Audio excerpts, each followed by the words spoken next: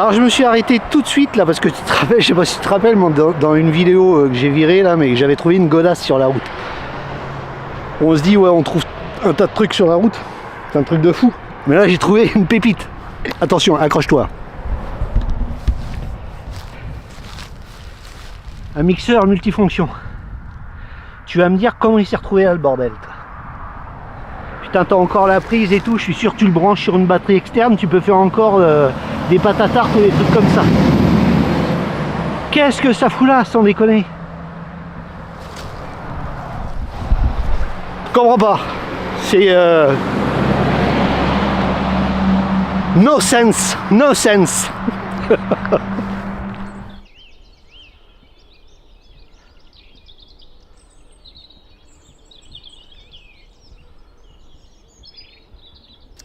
La notion d'hypervigilance, c'est chiant.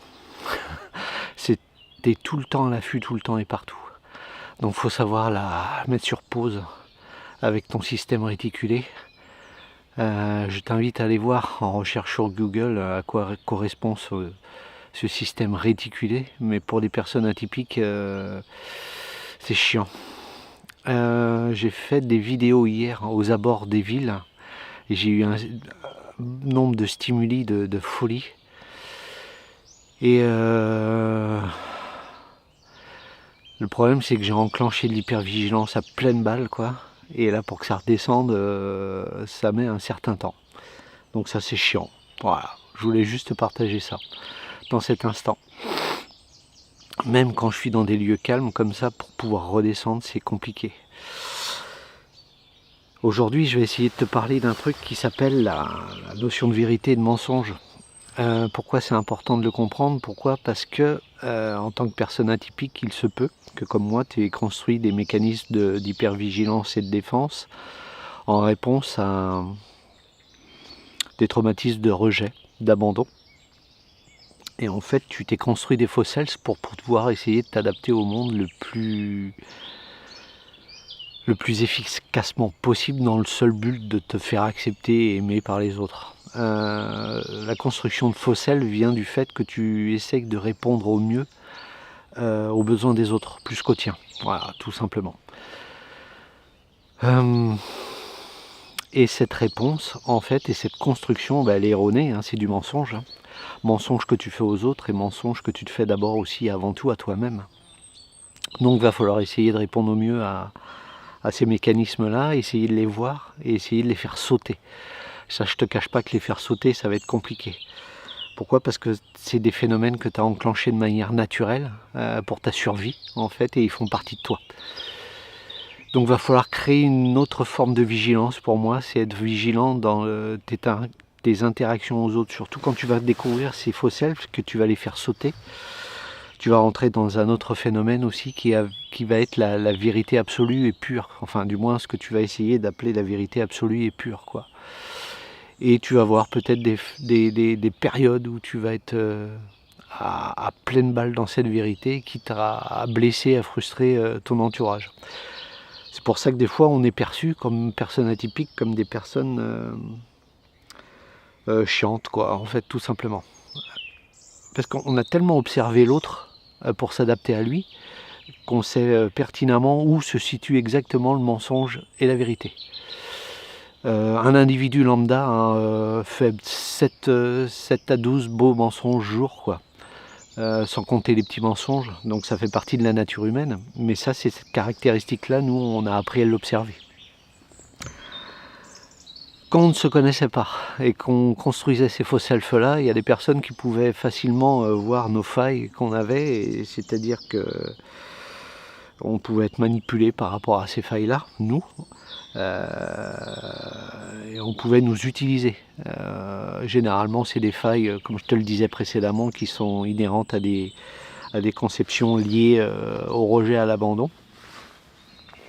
Et tout ça, ça crée une cristallisation dans le problème de l'estime de soi, de la confiance et de l'affirmation. Ça, il y a des personnes qui arrivent très bien à le voir et qui peuvent te manipuler par rapport à ça.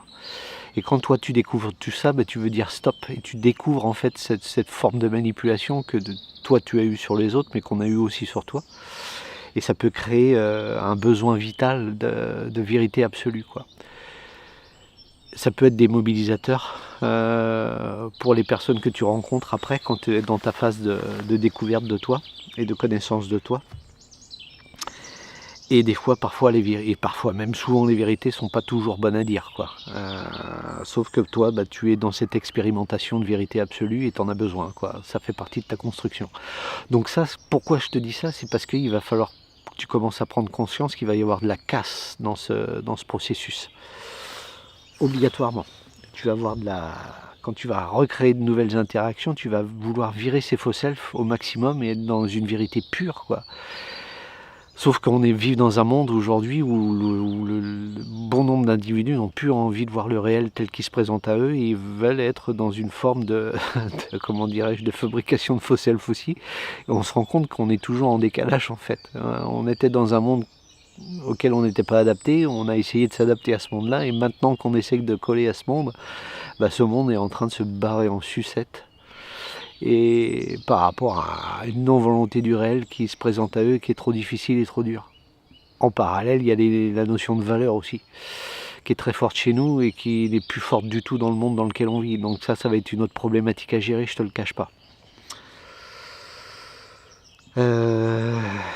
Pourquoi ? Parce que le réel aujourd'hui, on va pas se mentir, hein, il est catastrophique.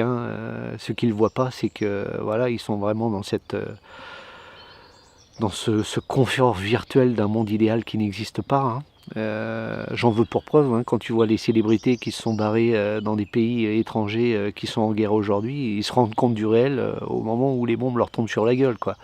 Alors qu'à la base, s'ils se renseignent un minima, quoi, ils se rendent compte que c'est des pays qui sont déjà en tension complète. Ça, c'est juste pour prouver cette forme de déni qu'on peut avoir de manière partielle ou profonde sur la notion du réel. Et force est de constater qu'aujourd'hui, on est dans cet axe-là de représentation, on va dire. Même pour des trucs lambda de base, tes nouvelles relations que tu peux construire en virant ces faux selfs-là, tu vas te rendre compte que, vu que nous, on a baigné dans ce faux self-là, on sait reconnaître de manière instinctive, je dirais, les personnes qui nous mentent, quoi. Donc ça va être une force aujourd'hui quand tu développes un nouveau métier comme celui de l'accompagnement, mais quand tu essaies d'interagir avec des nouvelles relations sociales, va falloir être très vigilant par rapport à ça, quoi, parce que tu vas tout de suite voir le mytho là où il est, quoi. Et puis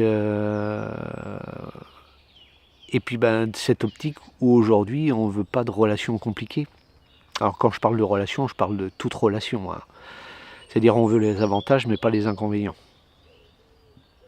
Et ça, j'ai constaté que c'était très très problématique.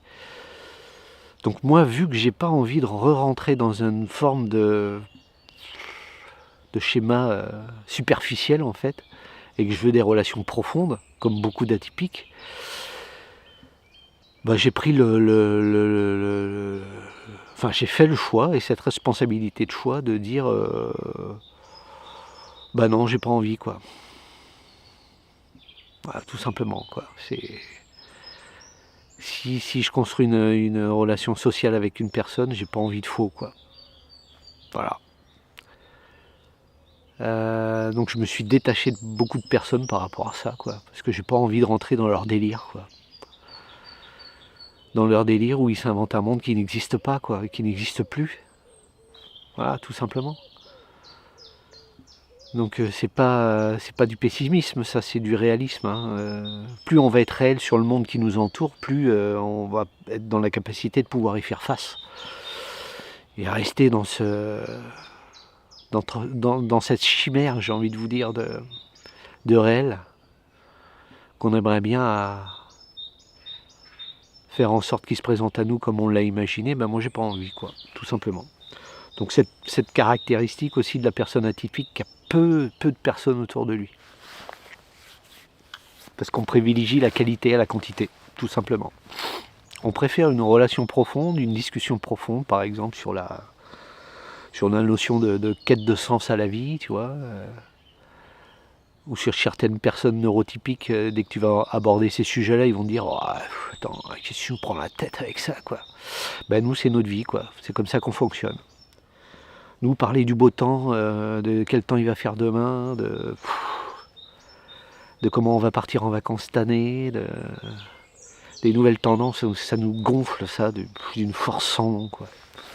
Sans nom, quoi. Voilà. Combler le temps avec des discussions partielles, quoi, ça nous emmerde. Voilà. Voilà. Ça nous fait chier. Donc on n'a pas envie de construire des relations là-dessus, quoi. On veut du profond, du concret, des choses qui aient du sens. Et on ne veut pas, encore, je le répète, rentrer dans un processus où les gens se mentent à eux-mêmes et ils nous amènent dans leur mensonge et on ne veut pas aller avec eux, quoi, tout simplement. Donc voilà, ce choix, cette responsabilité de choix. Je rappelle, hein, cette responsabilité de choix quel qu'il soit, hein, va nous amener à une forme de maturité. Voilà, on devient mature, et je pense, à mon sens, que plus on devient mature, moins on a de monde autour de nous. Voilà. C'est un constat, hein, que je fais en ce moment, hein, qui est assez troublant, je te le cache pas, mais qui doit être là, quoi. Ça fait partie d'un processus. Personne va nous aider à part nous-mêmes, quoi. Va falloir qu'on se sorte les doigts du huc, et puis qu'on avance pas à pas, gamelle sur gamelle, on se relève, on avance. Donc voilà pourquoi, de manière indirecte, c'est une réponse que je fais à certaines personnes que j'ai croisées récemment dans ma vie, ces dernières années, ces derniers mois. Voilà quoi. Ce qui était ma faiblesse d'hier, dans cette suradaptabilité, dans cette fabrication de faux self, ben maintenant c'est une... c'est triste à dire, mais une clairvoyance sur vos propres mensonges, quoi. J'ai pas envie de participer à ça, tout simplement. Je sens et je vois votre mal-être, je vois votre construction, votre pseudo-construction du réel, et j'ai pas envie d'aller dans ce délire-là, quoi. Alors je vous juge pas du tout par rapport à ça, mais j'ai pas envie que vous m'embarquiez là-dedans. Moi je me démerde déjà à me sortir de mon marasme de personne atypique qui a été diagnostiquée sur le tard, donc j'ai pas envie en plus de prendre une couche supplémentaire. Voilà. Et c'est pour ça qu'on est très très méfiant aussi avec la relation aux autres, hein. C'est quelque chose que j'ai constaté, c'est que on a du mal à faire confiance parce que malheureusement on connaît la nature humaine telle qu'elle est. Et on sait qu'on est toujours déçu en fait. C'est ça qui est emmerdant. C'est ça qui est emmerdant, quoi. Et quand bien même on commence à se lâcher, on commence à se dire voilà, ça y est, on lâche le truc, quoi, tu vois. On met du temps mais on lâche, quoi. Ah ben là on nous l'a fait à l'envers, toujours à chaque fois. C'est chiant, moi j'ai plus envie de ça en tout cas. Donc si ce processus arrive en fonction des relations qu'on a avec les autres, bah voilà, quoi, je vais être encore plus pointilleux, j'ai envie de te dire, sur cette relation à l'autre. Et c'est quelque chose que je constate aussi, hein, chez les personnes avec qui je travaille, hein. On a besoin de s'isoler beaucoup parce que le brouhaha du monde, il nous emmerde, hein, tout simplement, il nous oppresse. On serait dans une forme de simplicité pure, voilà, ça ne nous emmerderait pas d'être dans le monde, quoi. Mais ce monde est oppressant, à un point qui en devient aujourd'hui catastrophique. C'est le constat, voilà, que je fais. C'est une forme de journal, hein, je te le cache pas, hein, ces vidéos, hein, sur mon ressenti de l'instant, sans filtre, d'une personne atypique qui se cherche, qui s'est en partie trouvée, on va dire, biologiquement, et sur ses modes de fonctionnement, mais pas totalement. Pourquoi? Parce que j'ai mon histoire, moi aussi. Je suis comme toi. Je sais pas. J'explore. Je cherche. Mais force est de constater, j'écoutais comment dirais-je, une personne, je me rappelle plus de son nom, je te mettrai un lien avec sa chaîne principale, je me rappelle plus du nom de ce monsieur, en fait, qui travaille qu'avec les personnes au potentiel, et ce qu'il disait, hein, il y a beaucoup de culpabilité chez les personnes atypiques parce qu'on veut absolument, enfin on veut nous faire croire que c'était à nous de nous adapter à ce monde-là, et on nous a emmerdés du début de notre existence jusqu'à aujourd'hui, quoi. On n'a jamais rien fait à ce monde et il nous a toujours fait chier d'une force sans nom. Je te raconte pas la résilience qu'il faut pour arriver à ce point-là sans vouloir tout casser, quoi. Et malheureusement, si tu regardes l'histoire, il y a beaucoup de personnes atypiques qui sont devenues des tortionnaires. Et on se pose la question, mais pourquoi ils arrivent jusqu'à ce processus, quoi? Bah, il y a longtemps que la réponse, elle est vite répondue. Comme un célèbre youtubeur nous le notifiait, quoi.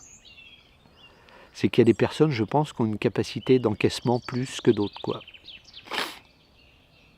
Et on se rend compte quand on suit les personnes atypiques, ils ont cette résilience et cette force, quoi, d'encaissement, mais qui est impressionnante, quoi. Impressionnante, quoi. Juste le fait d'accepter des fois cette forme d'atypisme, c'est compliqué juste pour eux parce qu'ils ne se trouvent pas légitimes déjà par rapport à ça. Tu vois, on leur a foutu tellement la merde dans la tête que même cette légitimité-là, aujourd'hui, ils la trouvent pas, quoi. Parce qu'ils sont toujours dans ce questionnement, dans cette auto-analyse, dans cette régurgitation d'informations, où est ma place. Enfin voilà, c'est... j'ai envie de te dire, la compréhension et la relation à l'autre est compliquée. Très très compliquée. C'est des choses, voilà, en ce moment qui me traversent.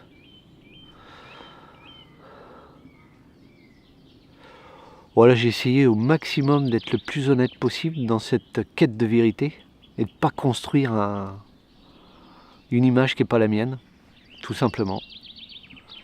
Alors je te dévoile pas tout non plus, hein. J'ai ma part d'intimité aussi, on va pas déconner non plus. Hein. Mais voilà, si tu es une personne atypique, sache que c'est le bordel pour toute personne atypique, quoi. On cherche, des fois on pense avoir trouvé une solution, et puis le lendemain, boum, on se reprend le mur du réel dans la gueule, encore une fois. On fait pas confiance aux autres, et puis là on se dit, bah allez, il faut que je fasse un effort, et on s'ouvre, on refait de nouveau confiance aux autres, et boum, on s'en reprend dans la gueule. Ça, c'est lié aussi beaucoup à notre hyper-émotionnalité, quoi. On est beaucoup en phase avec cette relation à nos valeurs, à nos émotions profondes, quoi. On est émotion pure, quoi, et ça, on pourra jamais effacer ça. Donc on essaye de s'adapter, quoi, au maximum. Ça vaut le coup, encore une fois, mais c'est pas simple.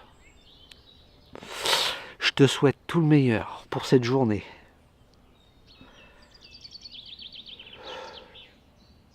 Ouais, franchement, le meilleur. Parce que je sais que c'est pas évident peut-être pour toi en ce moment, où tu te poses beaucoup de questions et tu te dis putain la vache, c'est le bordel, comment je vais m'en sortir, mais tu vas t'en sortir, quoi. Tu vas y arriver, franchement. Donc essaye, ça vaut le coup. Force et honneur à toi. Merci à tous et toutes d'avoir écouté cette petite vidéo. Je te dis à la prochaine. Je ne sais pas encore de quoi je vais parler dans cette prochaine vidéo.